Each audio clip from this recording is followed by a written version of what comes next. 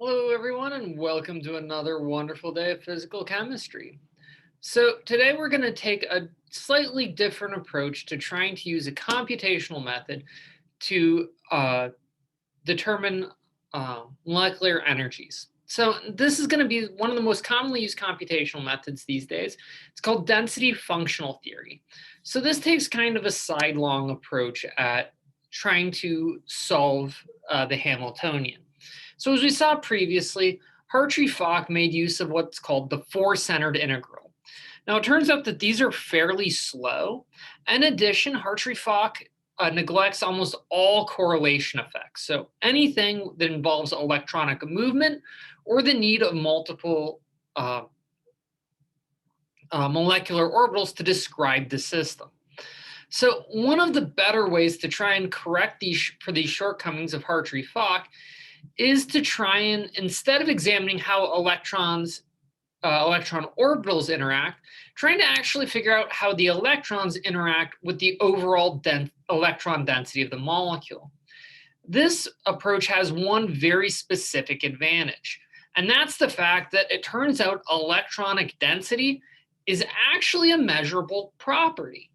Because remember, our actual molecular orbitals don't really exist, but the electronic density is a real measurable quantity. And so this gives us a lot of additional advantages.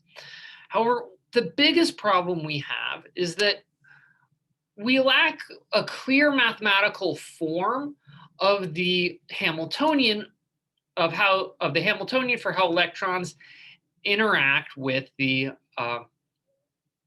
density. And so what we do is we're going to build up a set of functions, but there are certain interactions that we don't actually have a clear mathematical form to describe.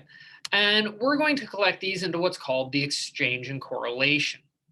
So we're going to essentially start by determining my energy, essentially by summing up how all of the various orbitals, the kinetic energy of all my various molecular orbitals, then again, the stabilizing form of how all these various molecular orbitals interact with all the nuclei. So this is a classic potential energy term. Then we're going to examine the electronic repulsion of these orbitals with the electronic density, because again, the electron should repulse from all other electrons, so thus positive energy correction.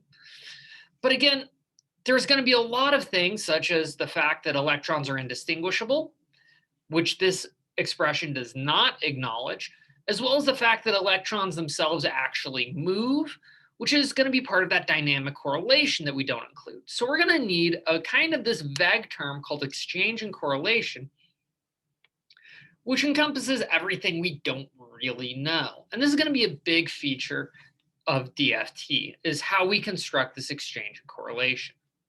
However, in practice, we still have to figure out how to make use of all these various integrals. This is actually going to be fairly similar to how we solve Hartree-Fock. We're going to have essentially, again, another modified set of the secular equations, but instead of using a Fock matrix, we're going to use a cone-sham matrix with the various cone-sham matrix elements. So this time we slightly switch out how each of these matrix elements is described. So just as previously, we're still going to have the same kinetic energy equation that we did with Hartree-Fock, and in fact, the same thing for the nuclear potential term. All of these are exactly the same form we had for for Hartree-Fock. However, we now switch out our electronic repulsion term for a slightly different form of the electronic repulsion. So this form is going to be dictated by how electrons in this mu nu overlap region are going to be repulsed by the density over all space. And to do this, we're going to have to integrate over the space of all of the electrons, r prime, and then again over the space of the electrons in the actual system. And this reduces that four-center integral we had for Hartree-Fock to a simple three-center integral. Now, it is worth noting that this integral is slightly harder to set up than the Hartree-Fock one. So we have a slightly more expensive starting feature, but it's much easier to build up a large density functional model for a large system, because instead of a dependency of n to the 4, where n is the number of basis functions, now we have simply 3, as we only have 3 interactions to worry about.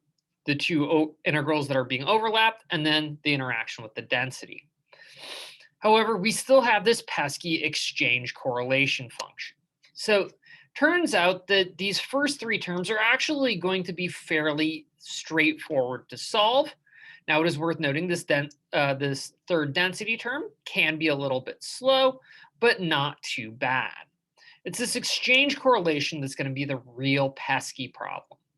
So let's actually take a moment to think about what we're talking about with exchange and correlation. So the first part of that is exchange. And this is due to this idea of the indistinguishability of the electrons.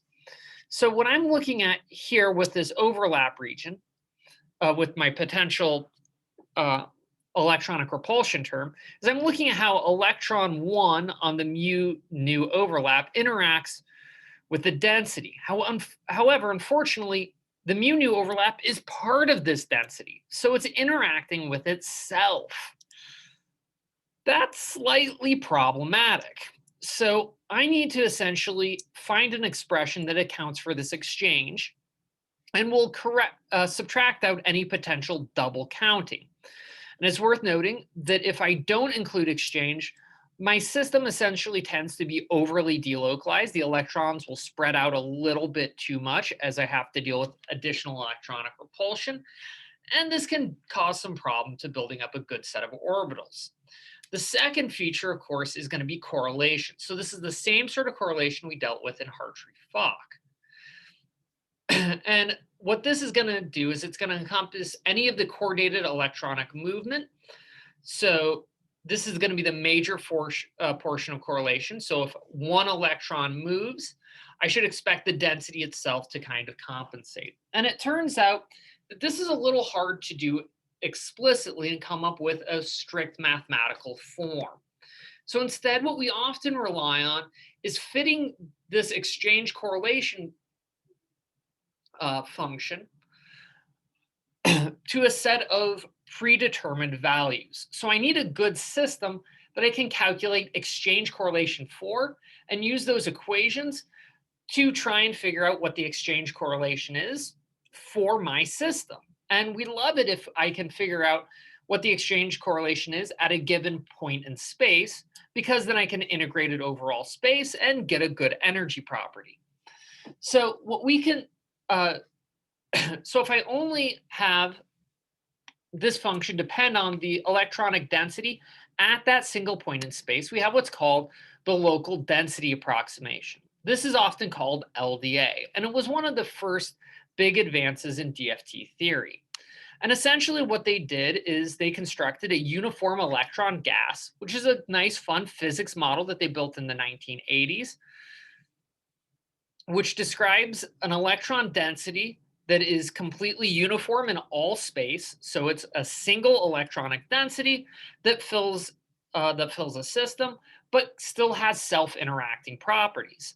And by analyzing the system, we're able to back out an analytical form of both exchange and correlation for a given electronic density. So if I know what my electronic density is at any given point in space, I can then integrate it and get a exchange correlation energy. This was a huge step forward.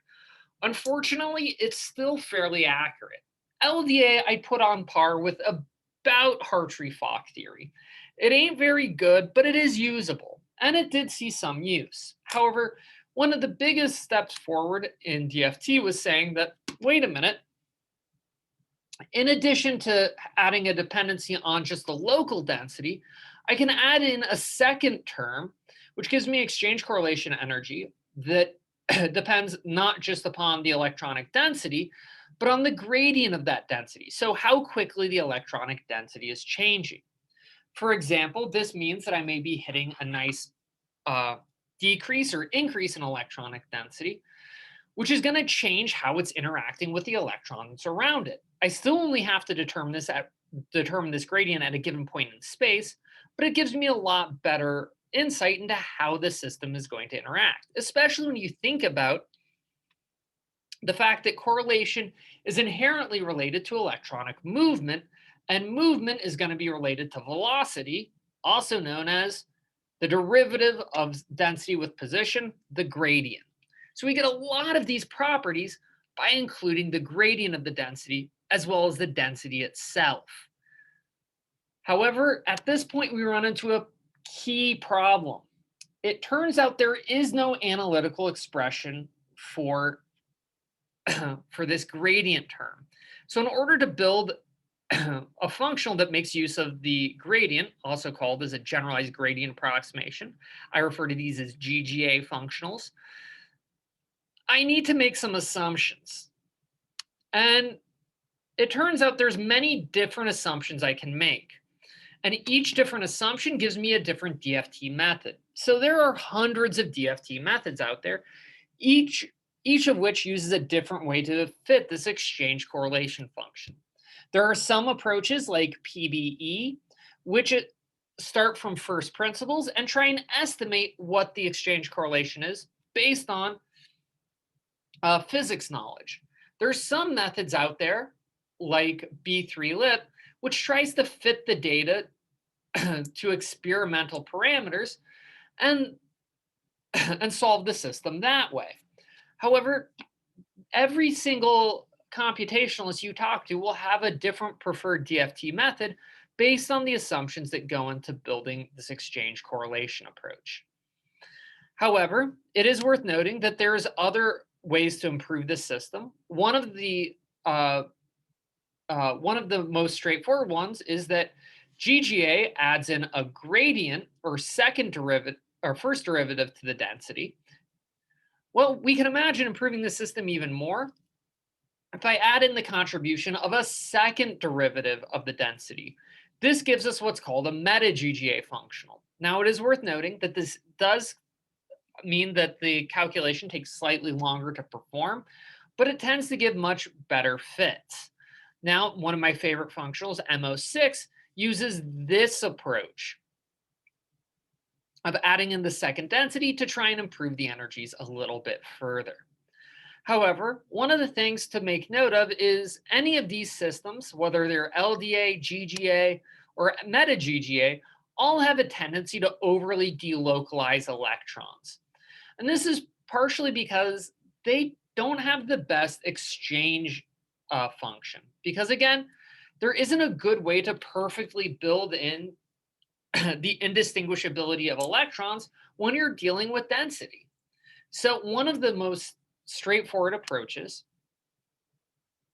is to try and switch out some of the DFT exchange correlation with the perfect exchange. So we do actually have a functional form that perfectly describes electronic exchange.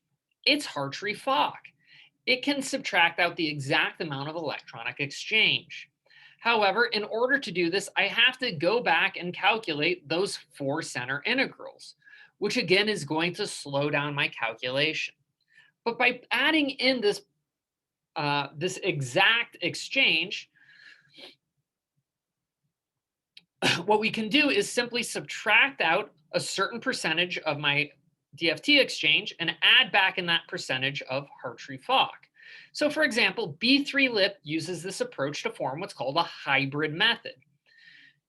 It uses approximately 77% DFT exchange correlation and 23% Hartree-Fock exchange. And by doing this, it was the first hybrid functional to show that we can actually increasingly localize our electrons, which tends to improve energies, specifically transition state energies, for a lot of systems. So it turns out hybrid methods are great for systems like organic molecules, which tend to have very little non-dynamic correlation. However, as you reach systems with more non-dynamic correlation, say metal-containing systems, it turns out that this over delocalization of electrons actually turns in your favor, Because if my electrons are overly delocalized, this means I'm actually accounting for some portion of non-dynamic correlation, essentially have a way of artificially adding in the contribution of other molecular orbitals. So this is an accidental way in which DFT can be very good at treating metals through a certain degree of cancellation of error. So in general, when you're trying to make use of DFT, a pure functional, whether it's GGA or meta GGA, are often good for systems with high non-dynamic correlation, whereas a hybrid method, which are slightly more expensive, are good for traditional molecular or organic systems. However, it is worth noting, based on how DFT methods are constructed, you're not you're never quite solving for the true molecular orbitals. So trying to do any sort of analysis that precisely examines molecular orbitals will often fail in a DFT analysis. However, anything that only depends on the electronic density, such as energies or structures, DFT tends to do very well at. And this is something to keep in mind as we go forward. However, one of the things I do want to acknowledge is you'll notice that these systems have a whole bunch of different integrals we have to solve. Those secular equations are gigantic. However, it turns out most of those matrix elements are going to actually be fairly close to zero. So I don't have to calculate all their integrals. So I need a quick way of trying to figure out which integrals don't matter. And we're going to start on examining that question next time when we're using symmetry to figure out how different molecular orbitals and systems can interact. See you in chapter 10 on to symmetry. Until then, take care.